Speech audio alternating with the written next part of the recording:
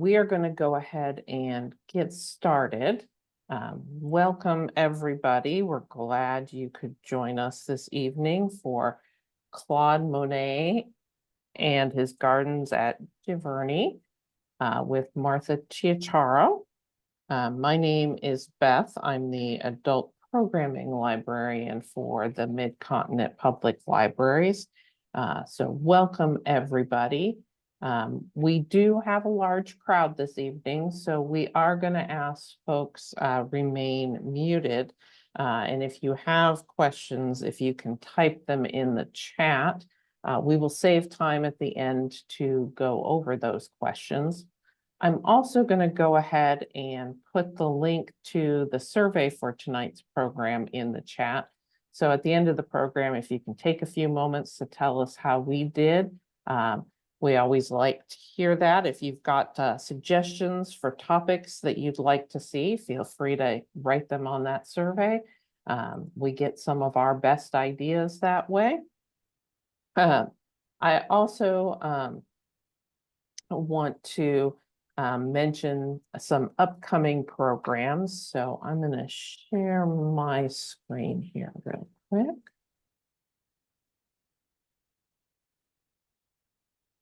And the first programs I wanted to mention, Thomas Hart Benton, his home and his art. His home is here in Kansas City, and it's one of the state historic sites. So the site superintendent there is going to be coming and doing a program for us. We'll get a virtual tour of the home and studio, as well as some looks at some of his better known arts and some of the different styles and mediums that he painted. That one is in person at a number of locations. And then on July 7th at 6 p.m., we have a hybrid program. So it'll be both in person and on Zoom. If you do want to attend the Zoom portion, you do need to register to receive that link. The next program I want to mention is Architectural Wonders Throughout History. Martha will be back with us on July 22nd at 6:30, and we'll be exploring the temples of Egypt, Greece, and Rome, as well as Romanesque and Gothic cathedrals, and looking at how these works illustrate man's creativity and engineering prowess. Then on July 24th at 6:30, we're going to be joined by our friends with the Missouri Department of Conservation, who will be doing a program for us on owls and the different characteristics of the owls, where you can go to see them around here. So that should be a lot of fun as well. On July 31st at 6:30, William Thierfelder will be back with his Mark Twain program. So Samuel Langhorne Clemens, who was known as Mark Twain, is from Missouri, and we'll be exploring his life and some of his best known works. And then finally, on August 5th at 7 p.m., Richard Knox will be back with a big band tribute. So we'll be looking at classics such as In the Mood, Stardust, Take the A Train, Sing, Sing, Sing. As the great Duke Ellington and lyricist Irving Mills noted in a classic arrangement, it don't mean a thing if it ain't got that swing. And those last four are all on Zoom, so you do need to register to receive the Zoom link there. So let me stop sharing my screen so that we can let Martha get started with this evening's program.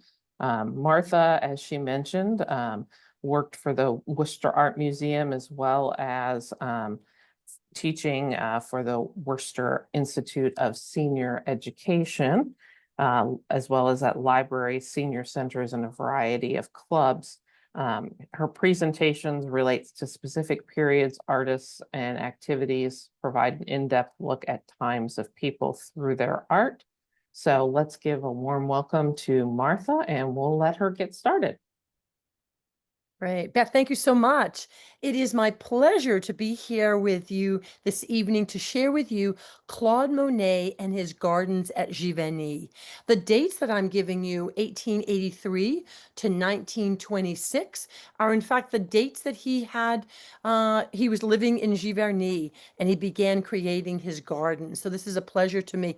And we can all be thinking about the cool breezes that come through the gardens. I know that both you're the Midwest, the central part of the states, as well as Massachusetts, are experiencing a real heat wave. So we'll just sit back and enjoy the beautiful views of Monet's garden.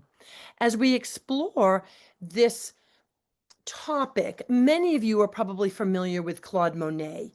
He was one, you can see an early image of him on the left-hand side. He was one of the Impressionists. He was one of the leaders of the Impressionists, exhibiting in Paris from 1874 until 1886. His key dates were really more in the 70s, and then he continued his career primarily working out of Giverny, beginning in 1883.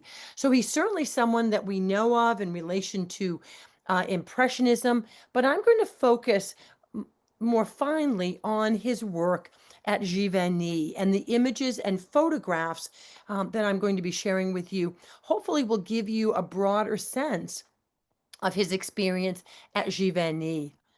And as we explore his work, just some quotes that he wrote. Everyone discusses my art and pretends to understand, as if it were necessary to understand, when it is simply necessary to love. I perhaps owe having become a painter to flowers. The richness I achieve comes from nature, the source of my inspiration. So we're going to find this very, very popular artist literally created his own space, his own inspiration. And you'll see that, in fact, he was an avid gardener himself. I want to share with you a little bit about his history because, in fact, his life and his children really very much impact the fact that he eventually moved to Giverny. Claude was originally married to Camille Monet. This is a portrait in the Museum of Fine Arts in Boston. She unfortunately died in 1879. Jean and Camille, Monet, Claude and Camille had two children, Jean and Michel. And a good friend of theirs, Alice Hoched, was very much involved in helping to take care of Camille near the end of her life. And Alice's husband, Ernest, was one of Claude Monet's early patrons. Well, unfortunately, Ernest abandoned Alice and her 6 children. Now, Claude and Alice had been good friends. Alice had helped nurse Camille while she was going through her illness at the end of her life. And eventually,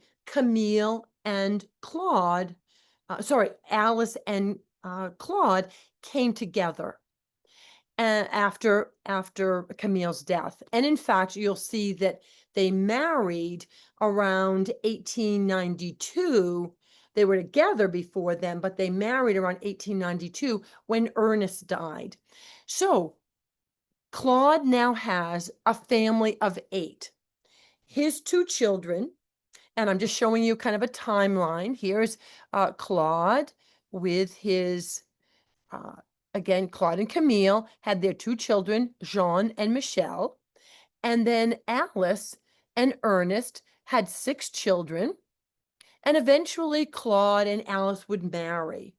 But with 8 children, and Claude not doing very well with his paintings, thinking about them as really avant-garde. I know it's hard for us to really think about that today when Impressionism is so well received.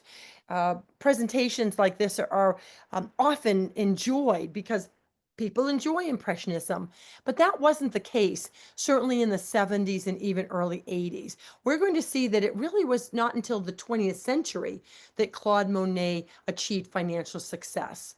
But with the combination of Claude's children and Alice's children, they had 8 children between them. And it happened, and I want to point out a couple of issues. You can see here, Jean ended up marrying Blanche, one of Alice's children.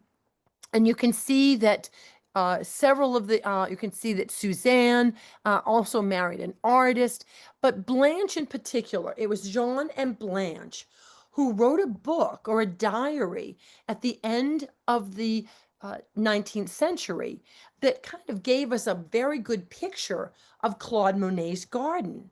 And it's based on that book that when the gardens became open to the public, or when they became purchased by the government, they were able to replicate very clearly the gardens that Claude Monet had created. And we do know, unfortunately, Jean died and I think it was in 1914 or 1912, but Blanche lived with Claude Monet, his stepdaughter and daughter-in-law, until the end of his life in 1926. But it was because of Jean and Blanche and their connection with the gardens that we were able to reproduce them today. Now, as we look at the experience, we understand that Alice and Claude headed off on a train. They were living in Paris at the time. And they headed up on a train and they stopped in Vernon.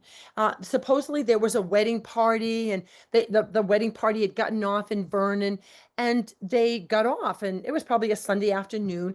And so they discovered this lovely town outside of Paris called Giverny. And after that experience, Claude realized that there was a farm available for rent in 1883. Now, having for 4 years, again, having now 8 children, he needed to be able to support his children. He wasn't doing well in Paris. He decided this would be a good move, a way of supporting his new family, his enlarged family. And in looking at this map, the original farm is on kind of the right lower side of the blue line. We're going to talk later about these areas. So he rents from 1883 to 1890. And then we'll talk a little bit about 1890, what was happening then. And he also comments, aside from painting and gardening, I am good for nothing. So gardening really was something that he enjoyed doing. But he purchased, or he rented this land, and he began planting flowers, even though he was just renting it at the time. And the neighbors were very much appalled. He kept some of the apple orchards, which was what the original purpose of the farm had been. But he started to devote a great deal of time to planting flowers. And the neighbors really couldn't understand this. What practicality do flowers have? It was about 2.5 acres of land, and Monet loved flowers. He really was a horticulturalist at heart. And we're going to see during the course of his experiences, he would purchase seeds and plants from Japan. Gustav Kaybold, another artist who also supported the Impressionists, was also a horticulturalist, and he would get together with other individuals and kind of comment on these flowers and that flowers. He really did enjoy his gardens, and in fact, by the time he died in 1926, when, as I mentioned, it was in the early 20th century that he achieved financial success, he had 6 full-time gardeners who were responsible for taking and maintaining Giverny. So this was something early on he did on his own, but was very interested in a variety of things that were happening. And so we'll talk about what he did early on in his rented property. You can see that he painted several pictures soon after he arrived. This is kind of looking down onto the haystacks of Giverny. He's not too far from the Seine River and the Epte River and the poppies that you can see growing in the fields. Certainly, he is painting in what is a quintessential Impressionist style, dashes and dabs of paint. Uh, it's as undetailed in the foreground as it is in the atmospheric background. But this was very typical, certainly in the 1886. And this happens to be the last year of the Impressionist exhibition in Paris, which in fact, Claude Monet did not attend. He was already busy creating a life out here in Giverny. This is the iconic image of his home, the pink stucco and the green shutters. The scene on the lower right is one that I took in 1989 when I was there. Most of the times that I've been visiting Monet's garden is in the spring, and I'd love to hear at the end of the program if anyone else has gone to Giverny, what season they may have gone in, what they enjoyed the most about it. But this was an image that I took from the second floor of Monet's home. So up in this area, right in the center, kind of looking down onto the garden area. You may also have heard of the collection that he had. Claude Monet was collecting a lot of his contemporaries, and among the 120 works confirmed to have been owned by Monet, many of which he had in his home here. Gustave Caillebotte, in fact, I know this one over here in the upper right.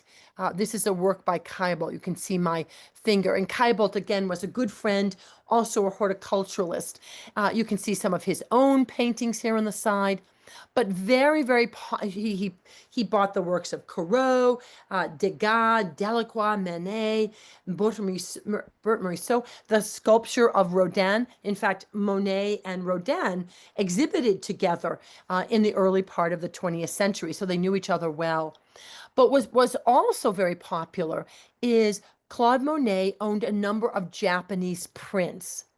And as we look at many of the paintings from this period, we will see that there's a strong influence in his iconic yellow kitchen in the background. You can see several of the Japanese prints. Japanese prints had become very popular in exhibition form. After 1855, this is when Commodore Perry, the American Commodore Perry, forced open Japan. The Americans wanted a base when the Pacific was expanding. They wanted to be able to have a friendly place where they could stop, refuel, and Japan, not initially cooperative, but eventually they were. And with that opening from a militarily perspective, we also begin to see a number of Japanese prints coming to Paris, coming to America, coming to a variety of places. And you'll see some of the influence of these Japanese prints, the cropping of form, the flattening of form. But Claude Monet was surrounded, particularly in his kitchen area, by these wonderful Japanese prints.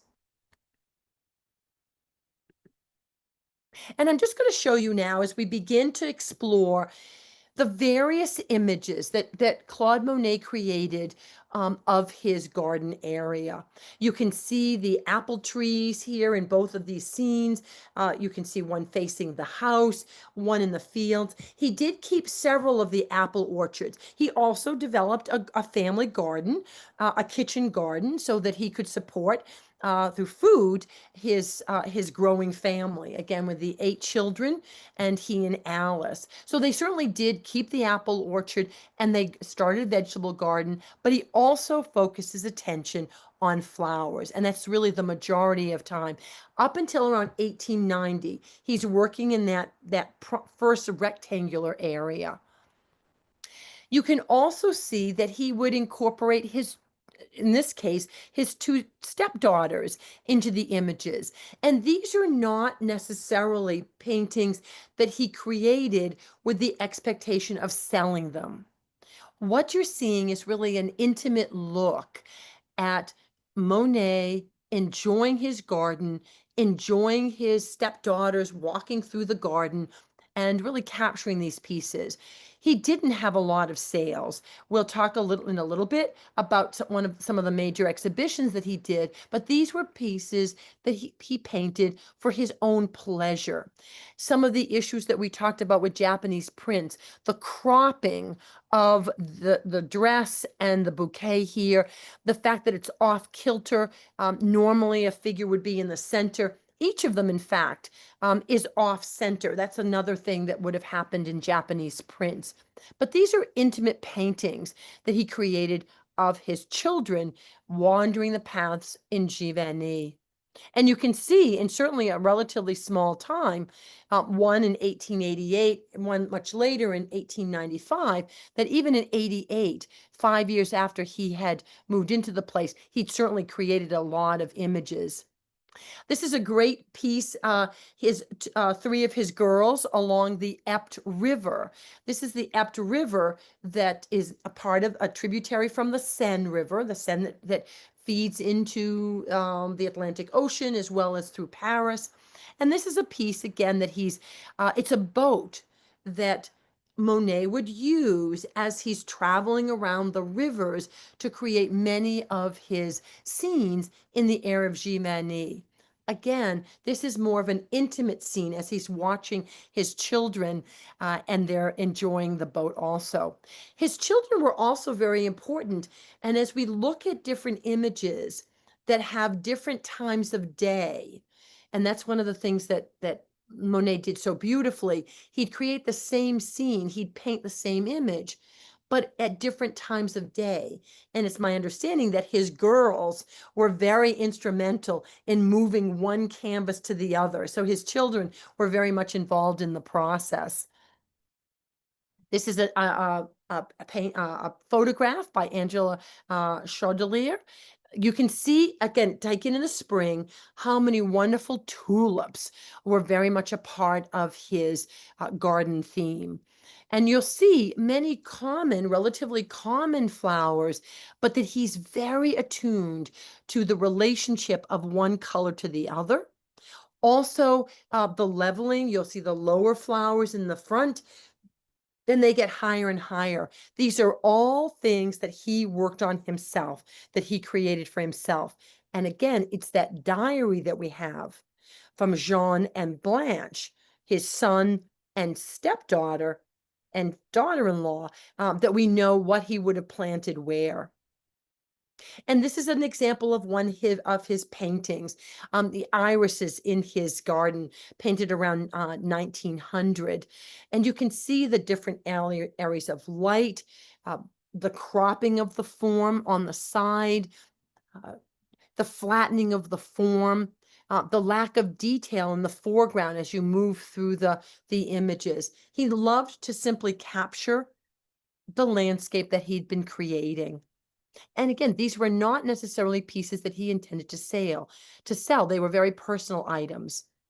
And my husband and I had the opportunity in 2009 to visit Giverny with a group actually from the Worcester Art Museum. And we were somewhat disappointed when we realized it was sprinkling a little bit. It was rather overcast and there were some sprinkles. But those of you who are photographers know that in fact, a cloudy day is a much better time for photographs. You get a much richer color. So in fact, I'm thankful for my husband who's able to share these images with me. And you can see I'm going to be looking at different colors, but these are again images from May of 2009. You can see the beautiful phlox along the pathways, the white, the blues, again, the beautiful, again, images, really looking at the size and looking at the progression of colors.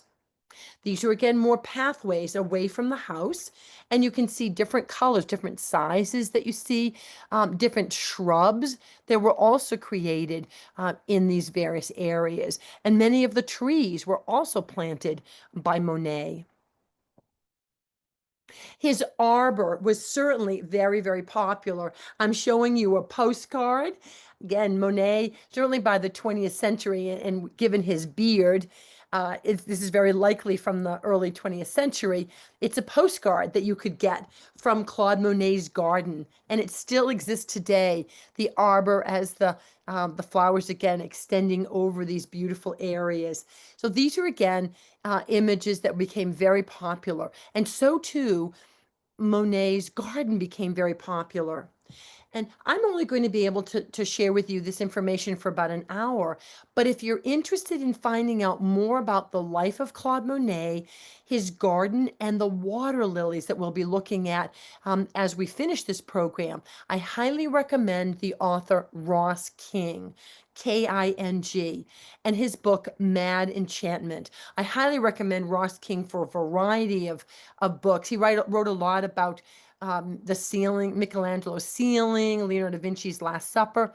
But he wrote a wonderful book that really gives you a lot of the history of Monet's life, but also his struggles, the work that he did in Giverny. And again, you can get that Ross King, Mad Enchantment, about about Claude Monet's life here. And as we explore, we can see that these pathways were very much a part of his life, particularly 1900, 1901, 1902. The colors, the shadows that he would create, the dashes and dabs of paint. And can you see how the different colors, one is a little bit green, perhaps early morning or late evening, early evening, the bright colors and signs, and other times, again, with the colors are much more muted. So he's capturing the pathways in a variety of different ways. You can see these pathways as we had just seen many of the irises. You can also see in this particular area, he's focusing a lot of the different orange and red colors as you walk through the pathways. Again, 2.5 acres that you can walk today. And even though that's relatively small for a space, it's organized so beautifully that it doesn't really feel like it's crowded. But these are, again, you can probably see the house here in the background.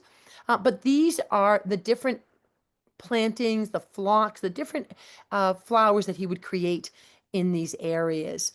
Again, even beyond the pathways, the different oranges and then the purples and whites that he would create, he was very intentional about the relationship of one flower to the other, a group of colors. So he's literally creating his own inspiration. You can see that this was a photograph taken by my husband and one of my colleagues from the Worcester Art Museum, and she has her umbrella. But again, the brilliant colors. And I wanted to emphasize, here's the house in the background. So you can see it's not only the flowers, but the different plantings, probably some type of a hosta here. Beautiful, beautiful shrubs, flowers, trees, just throughout the garden area. And this is all based on Claude Monet's design.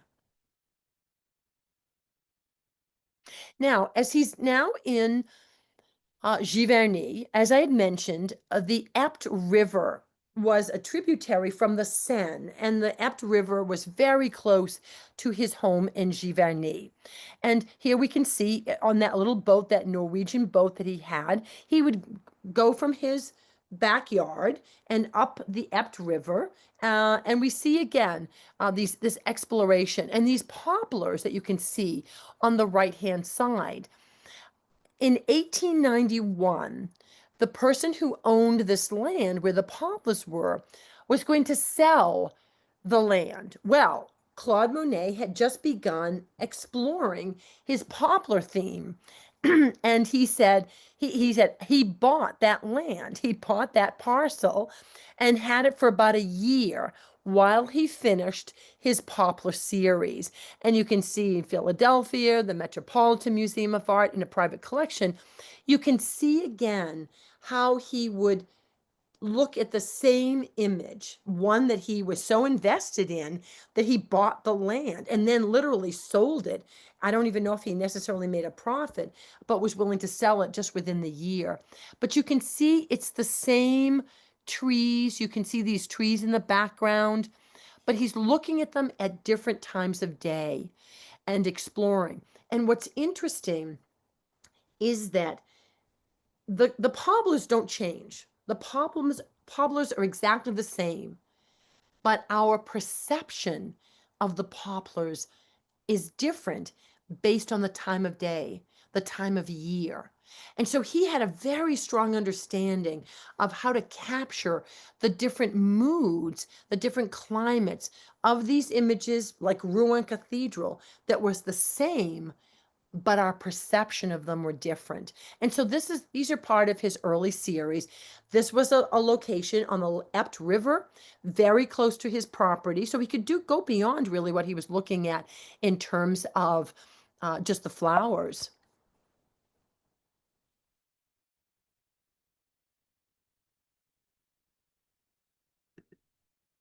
And now I mentioned to you, he had been renting as of 1883, but in 1890, the property came up for sale.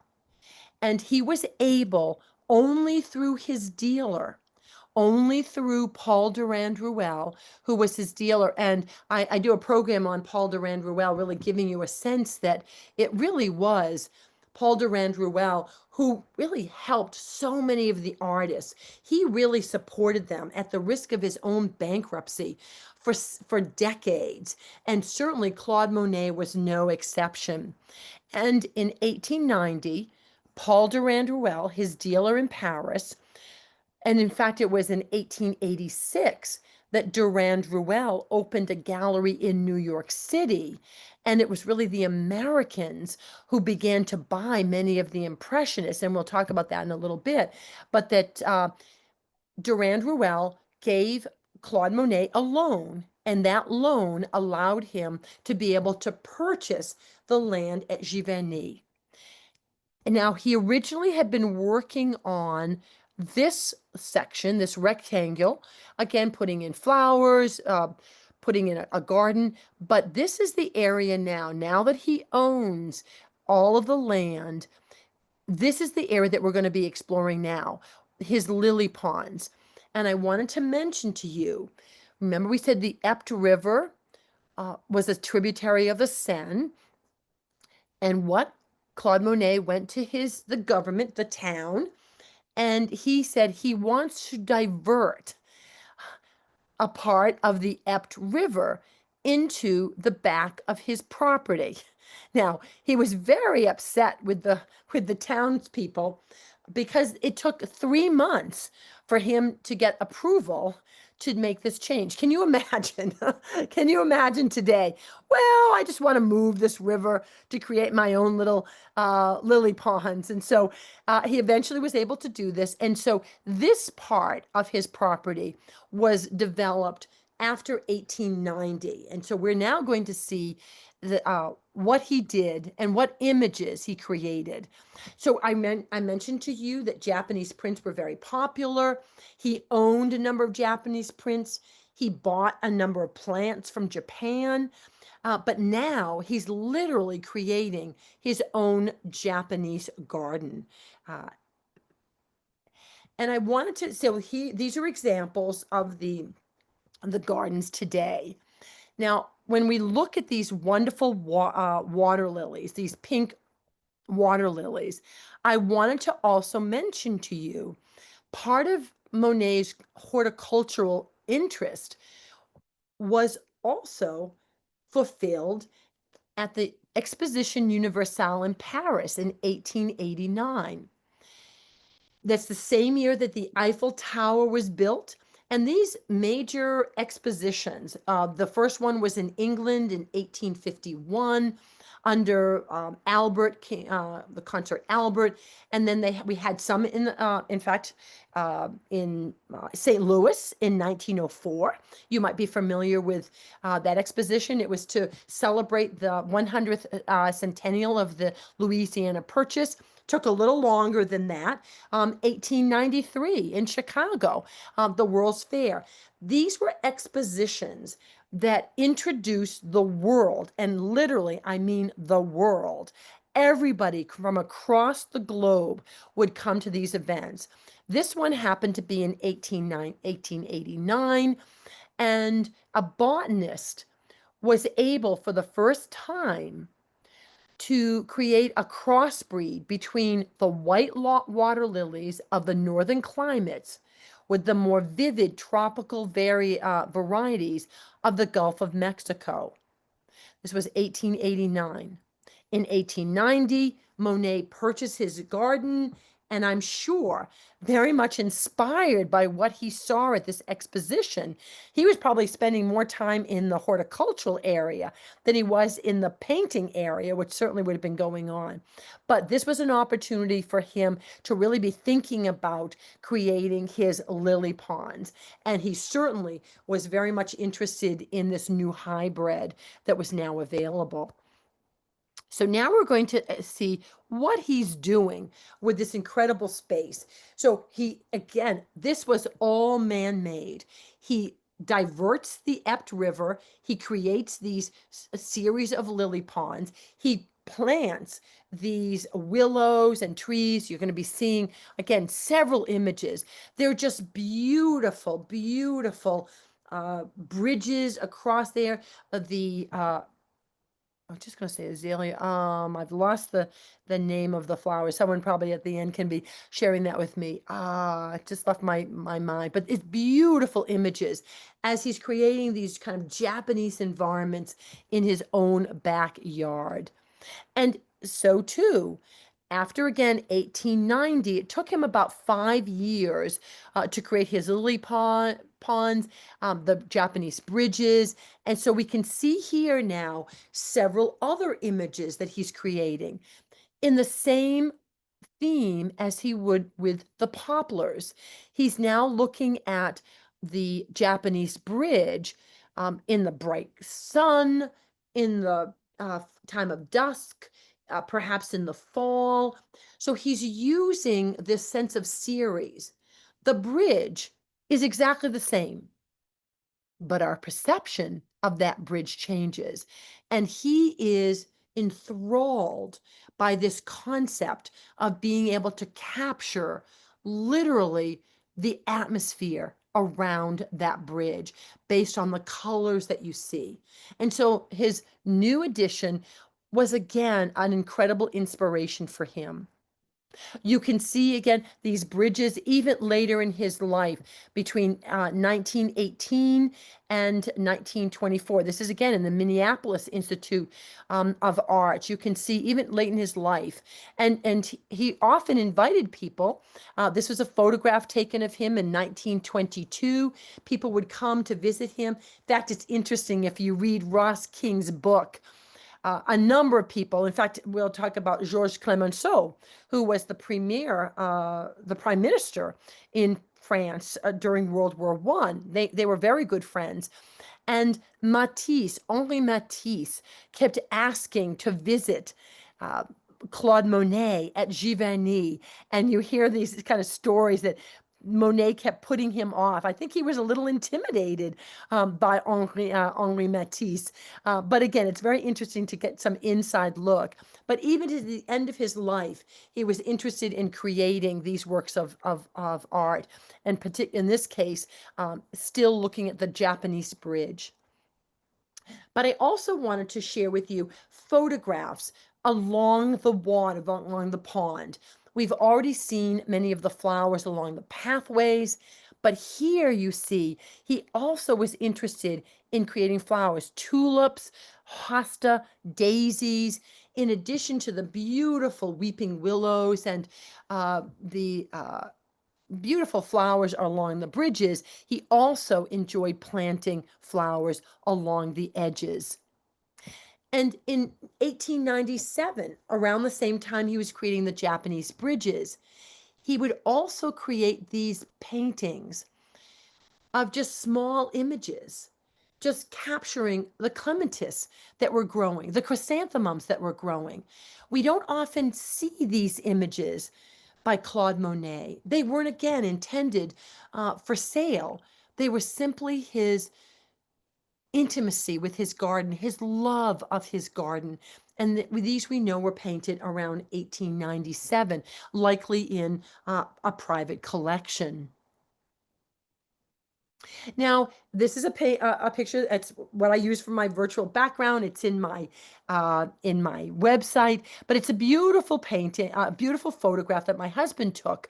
Uh, oh, I'm just trying to. Oh, I'm sorry that I can't remember the flowers that are hanging. That I want not asteria. Oh, asteria, I think it is. Yes, yes, I think it's asteria. It's And this. wisteria. Yes, thank you, thank you. So again, you can see that the richness of the colors really came out on this overcast day. But it was also an inspiration for Claude Monet. This is one of his largest series. Now, I'm going to be talking to you about some of the series, just giving you a framework. But Claude Monet created more than 250 variations of the water lilies. And I want to point out these, again, beginning at, you can see 1905, starting on the left.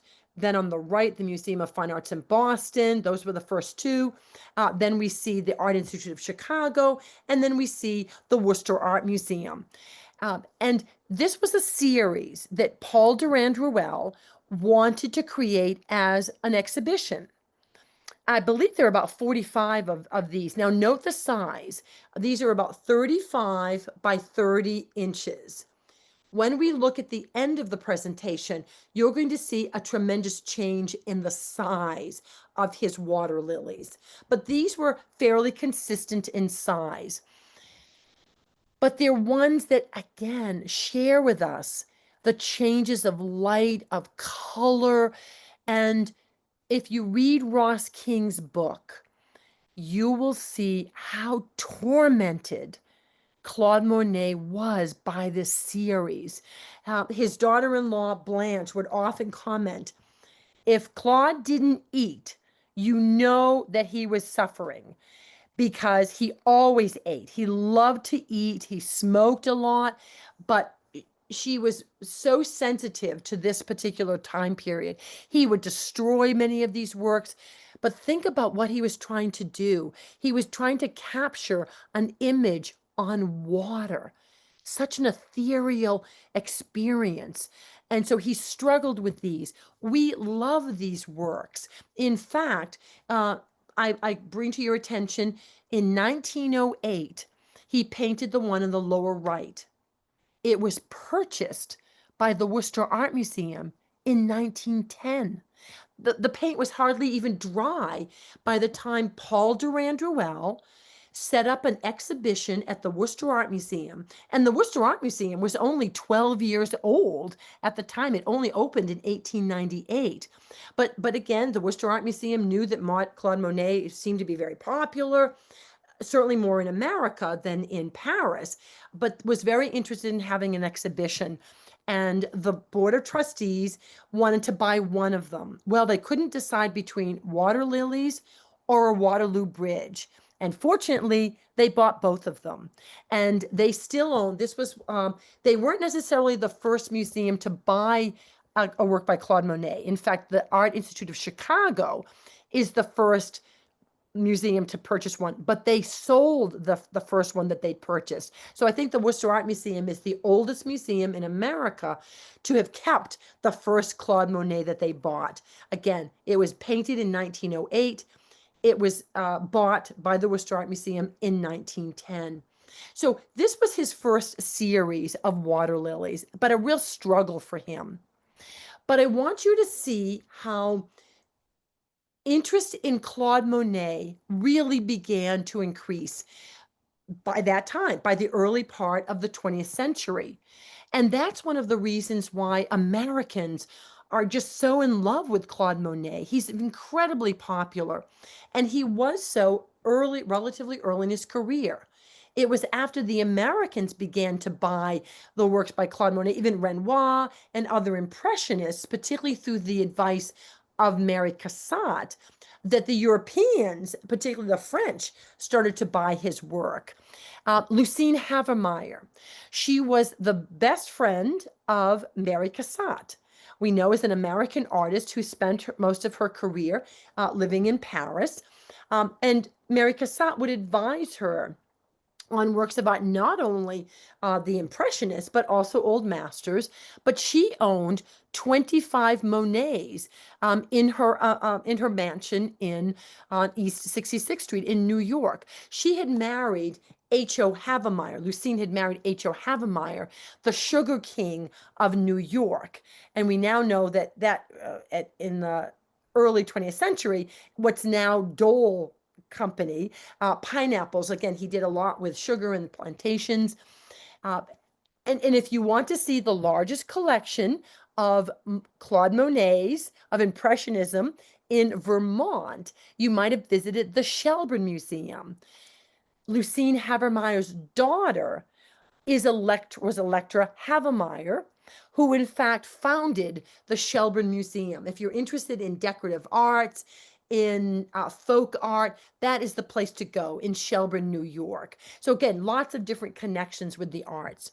Bertha Palmer of Chicago bought 25 Monets in a single year. And that year was 1893 for the Columbian Exposition.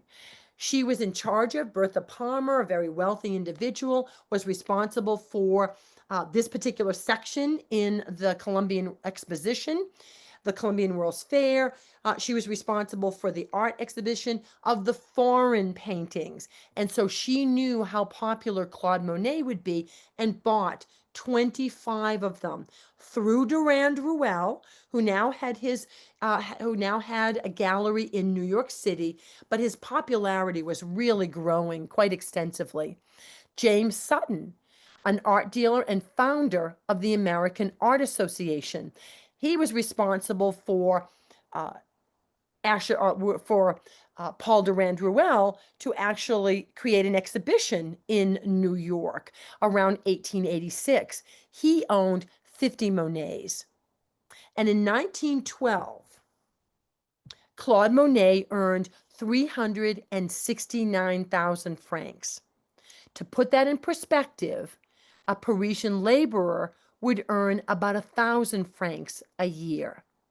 So it took a long time, but in the early 20th century, particularly with the hard effort of Paul Durand Ruel, selling Monet's work in London, in New York, the Worcester Art Museum buying his paintings, he was able to really be very, very successful. And just as another reference, the Hope Diamond had sold a few years earlier for 400,000 francs.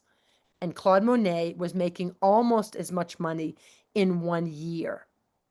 But money doesn't buy happiness. I just wanted to mention in the 1910s, I think he would have given up a lot of that money for, again, so many of the tragedies that had happened. In 1911, Alice died of leukemia. They had married, as I mentioned, in 1892 when Ernest died. And he said to Auguste Rodin, I ought to be able to work to conquer my grief, but I cannot. To his stepdaughter, Germaine, the painter is dead, and what remains is an inconsolable husband. To his stepdaughter and daughter-in-law, Blanche, his paintings were a horrible joke. So he was really struggling during this time. In 1912, he began losing his eyesight from a cataract. He had very unsuccessful cataract operations. A violent thunderstorm destroyed many of his gardens. In 1914, Jean, Blanche's husband, died at the age of 46 after suffering a stroke in 1912, possibly the result of syphilis. So he was experiencing a great deal of difficulty during this time, but he still continued to paint. He still found solace in his home. These done in 1913.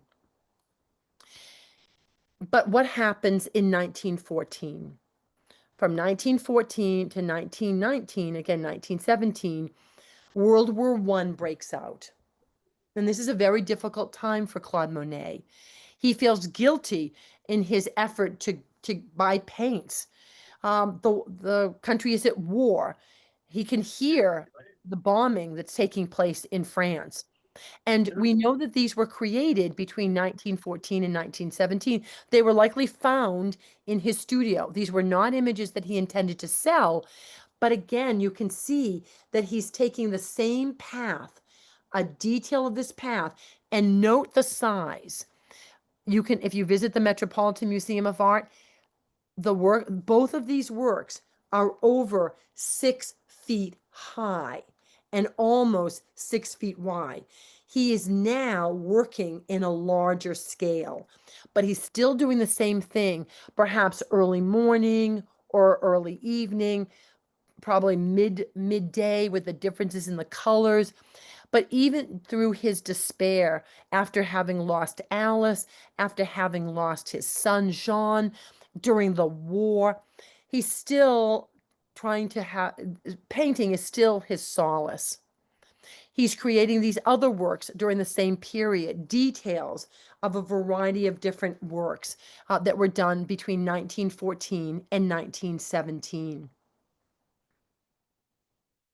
And I'd mentioned the series paintings. I just want to kind of give you a sense of that as we begin to finish with his last major series. The first was as early as 1877, 12 paintings of the Gare Saint-Lazare, again, creating a scene from Paris. Then Etretat, the coast of Paris. Again, moving on, the grain stacks. These are again done while he's in Giverny.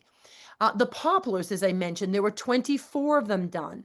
Rouen Cathedral, not too far from Giverny. He paints those series over 30 of them over 3 years.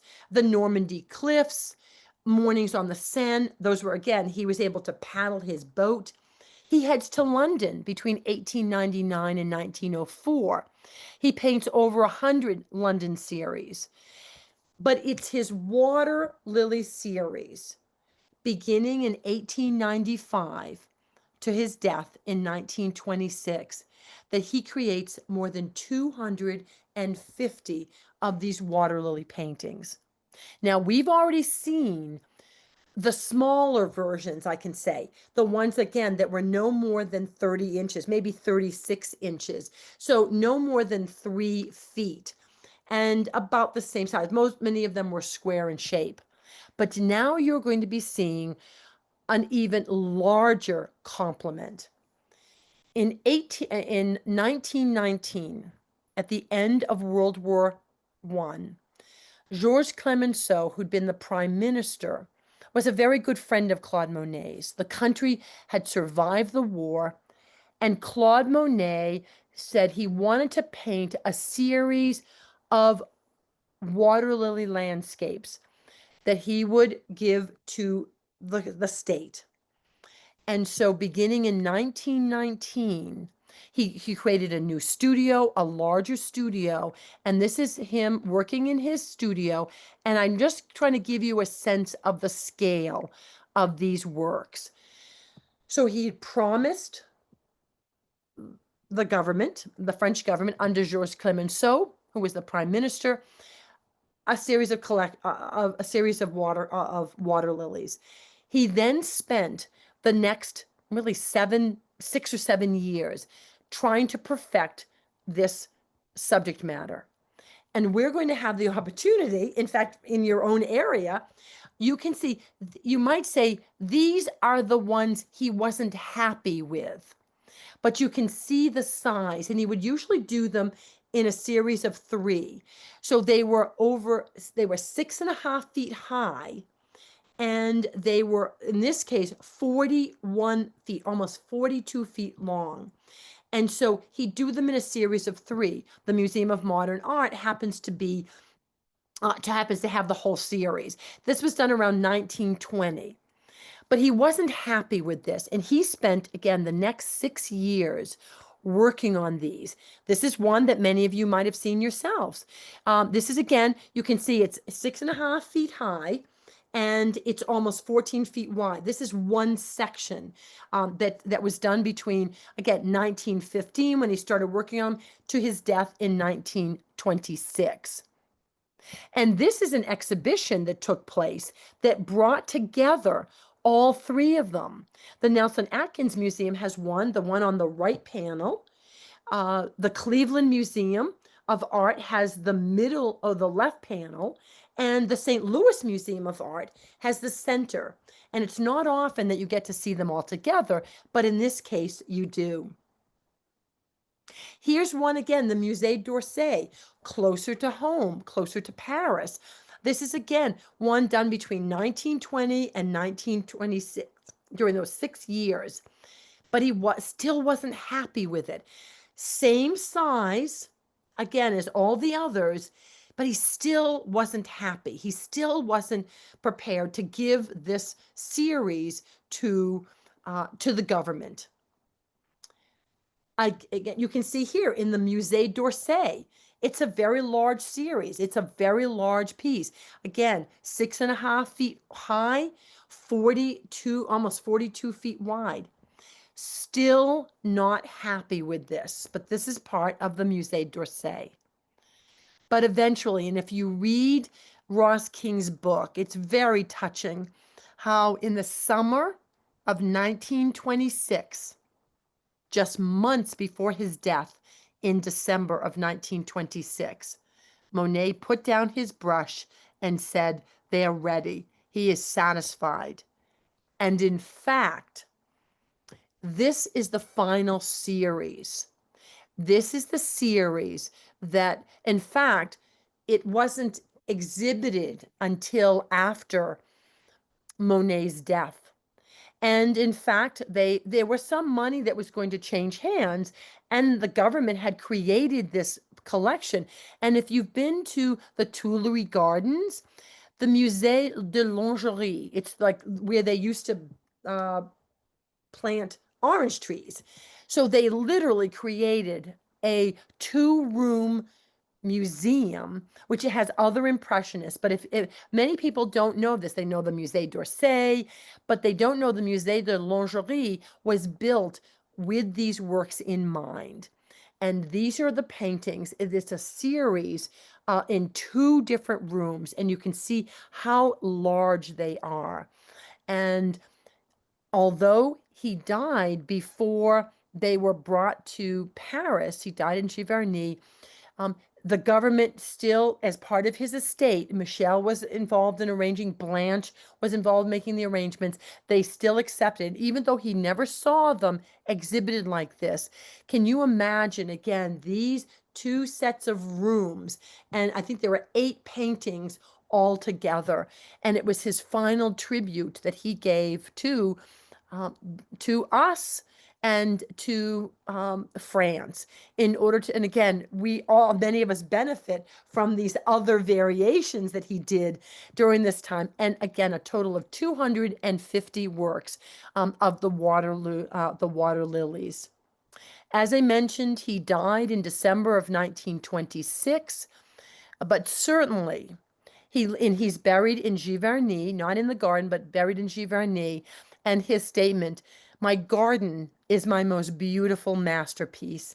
So you've had an opportunity in just a brief time to really experience a very close and intimate part of Claude Monet's life and his gardens at Giverny. I'd be more than happy to answer any questions, any observations. If anyone has gone to Giverny, what your experience was like. And again, I'd love to be able to hear any questions or observations you have. And I'll mention too, the book that you were talking about by Ross King, we've gotten the collection, and I dropped the link if you want to put a hold on it into the chat. Perfect. Thank you, Beth. And I do know it's also available. I feel like I'm so old now that I have trouble reading, but I listen to a lot of audiobooks, and I know Ross King's works are also available in audiobook if you prefer that format. But great. Thank you so much, Beth. It's a great book. And anything else that you might have of Ross King and other topics, he's a great author, and you'll love the book on Claude Monet. I think I cried at the end of the book. It was just so touching, and certainly when Blanche was trying to help him and support him, it's a very touching and emotional book. Very much, very wonderful. And again, it talks really about his whole life, even though there's a focus on the water lilies. Thank you, Beth. I also put the link to the survey in the chat. for folks to fill out. We do have some questions. Great. Do you know how many of the water lily series are in private collections? Ooh, I think not a lot of the large ones. Certainly the smaller ones that are 3 feet by 3 feet.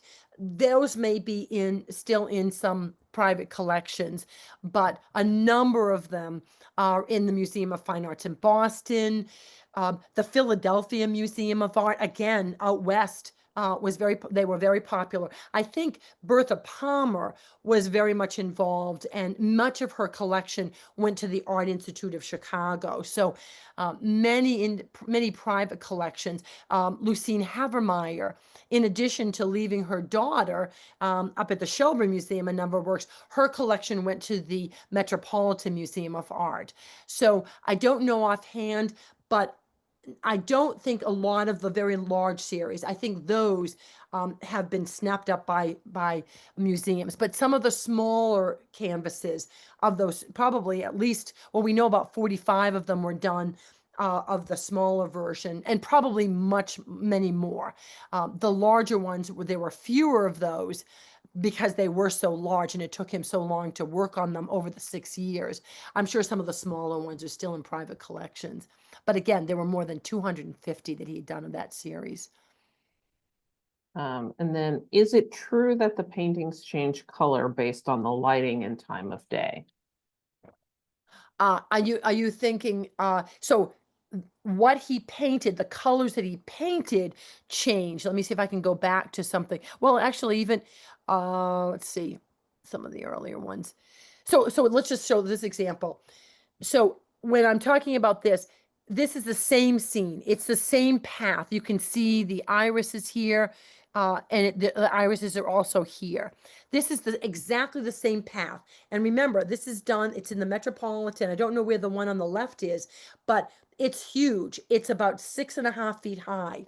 It's exactly the same space. And he has changed the colors. The paintings, now that they're done, don't change. I mean, depending on the lighting that you see in the museum, there may be some change. But he literally had this humongous canvas. And I don't know if he necessarily brought it outside. Maybe he did some sketches, and he might have done this from memory. But he was looking at it in the evening or the early morning on the left. He was looking at it kind of midday, and he literally changed the colors based on the lighting that was coming in. Maybe it was a cloudy day. Maybe it was, probably wouldn't have been winter. It probably would have been spring, summer, or fall. But that's what changes. He would often, like when he was doing Rouen Cathedral, he was in a studio, and after about an hour, he might have had a dozen canvases that he was working on. And when the light changed after an hour or so, he would then get a new canvas. And he knew what was being done around the same time. Interestingly enough, the Waterloo Bridge, he had been working, he was doing them in London. Then he brought them back to his studio. So we know that he did a lot of what they call en plein air, painting out of doors. But some of his later works, again, from the 20th century, he was also bringing back to his studio. And there was a wonderful exhibition out of Rochester, New York, that the Worcester Art Museum also had, where they were able to determine what was done out of doors and the sequence of when brushstrokes were actually applied. And so he did both out of doors, en plein air, and finishing them up in the studio. So I hope that answers the question. Once the piece is finished, lighting is the only thing that would change our inside lighting. But he certainly changed the painting based on the time of day or the season of the time. I hope that answers that question. Let's see here. Someone says, I was there in summer 2019 and loved all the red geraniums next to the Oh, pink house. great. I haven't been there in the summer. I haven't seen geranium. That's wonderful. Thank you for sharing that. Someone else said that they've seen the exhibit at L'Orangerie and it's amazing. Great. Someone asked, does Monet have any living descendants? Ooh, good question. I'm not aware of any. I'm not aware of any. I mean, there might be some, but it was given to the government. So Blanche lived, if I go back, I think until the 40s. And so I think it was soon after her death that it became oops, no. Let's see if we can see Blanche, 1947. So I believe it was fairly soon after this. And then we can see again Suzanne. So no children that we're aware of. So Michel, looks like he married, but no children there. So perhaps some kind of stepchildren might have had some relatives. Again, Jean and Blanche, I don't believe had any children, and I'm not sure Michelle had children either. So I don't believe so. But Blanche died in 1914. I'm trying to think of when. Okay, Michelle died in 1966. So I think again, it was after that time that again in the late 20th century that it became open to the public. So I don't think other people had it. The gardens have kind of come apart, but they were able to, based on that book that Jean and Blanche had written, they were able to replicate what he would have had there. And again, photographs were taken. It was a very popular place. We saw those postcards that were done. So I don't believe there were any descendants now, certainly on his side. Perhaps some on Alice's side, but not direct descendants. Let's see. Someone else says, I recommend all the locals visit the Monet Garden at the Arboretum in Overland Park. Very beautiful and inspired by his garden at Giverny. Great, thank you. Yeah, anything like Uh, that. He's so popular. That's wonderful.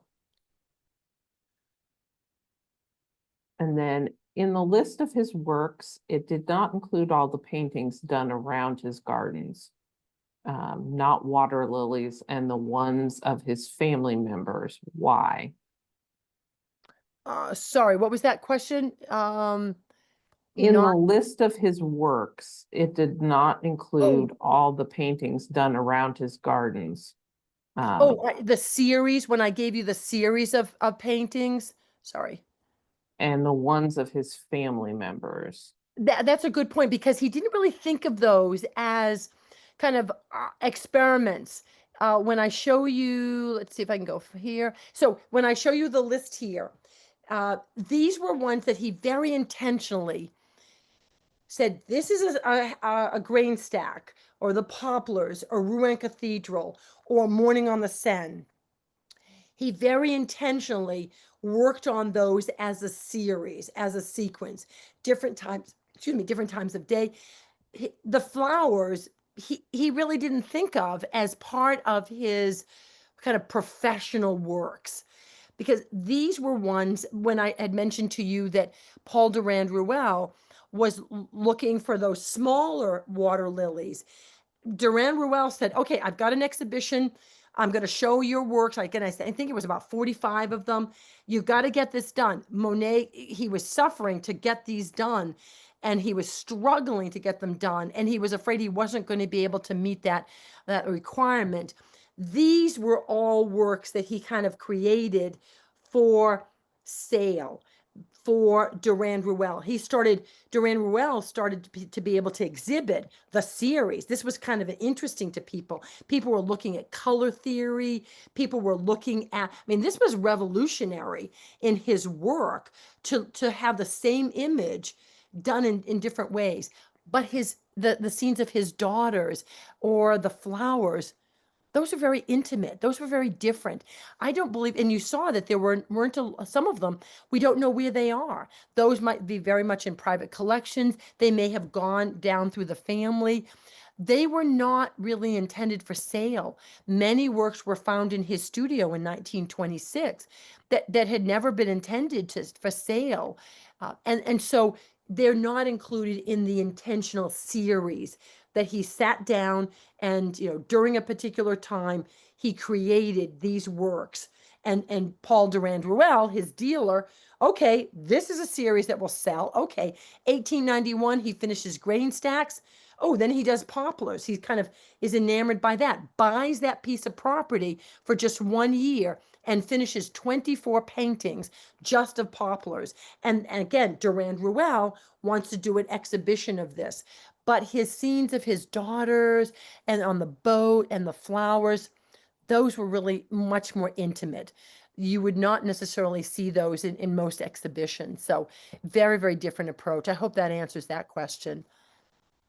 And then someone says, I was there in April, glorious tulips. The house was great too. Excellent. So just 2 months ago. That's wonderful. Oh, that's exciting. That's exciting. It really is a wonderful, it's a wonderful place. And when I took the museum, the Worcester Art Museum group, we were staying in Paris, and then we went to Giverny for a day, and then we were able to start, we were heading up to Le Havre and to see many of his scenes, and we stopped at Rouen. So right along the Seine, there's just really such a wonderful experience to be able to see that. And it's not easy to get to Giverny. It's really best to go on almost a tour. It's a little hard to take public transportation, but it's really a lot of fun. And I hope if you haven't had a chance to visit, that this has given you kind of a sense of what's available and what can be done and just the experience that he had at Giverny. Any All other right. questions? Well, that is all the questions I see. Great. So thank you, everybody, for coming, and thank you, Martha, for a wonderful program. We've got lots of great information. Thank yous in there as well. And we hope you'll come back in, what, 3 weeks? Yes, yes. When Martha will be back for her architectural wonders. It's hard to believe that's already 3 weeks away. Yeah, a very different approach. But you'll have a chance to see lots of different structures that have been really iconic in our exploration. And Beth, I'll really look forward to getting the feedback. I so appreciate, and other instructors really do appreciate you taking a few minutes to complete the evaluation. What worked well, what could we improve upon, and what topics would be of interest in the future. So thank you very much for taking a few minutes to complete the evaluation. And I'll look forward to having Beth send that to me. So thank you so much. All right. Well, have a great evening, everybody. Very good. Good Stay night. happy and healthy and have a wonderful summer. And I look forward to seeing you again soon.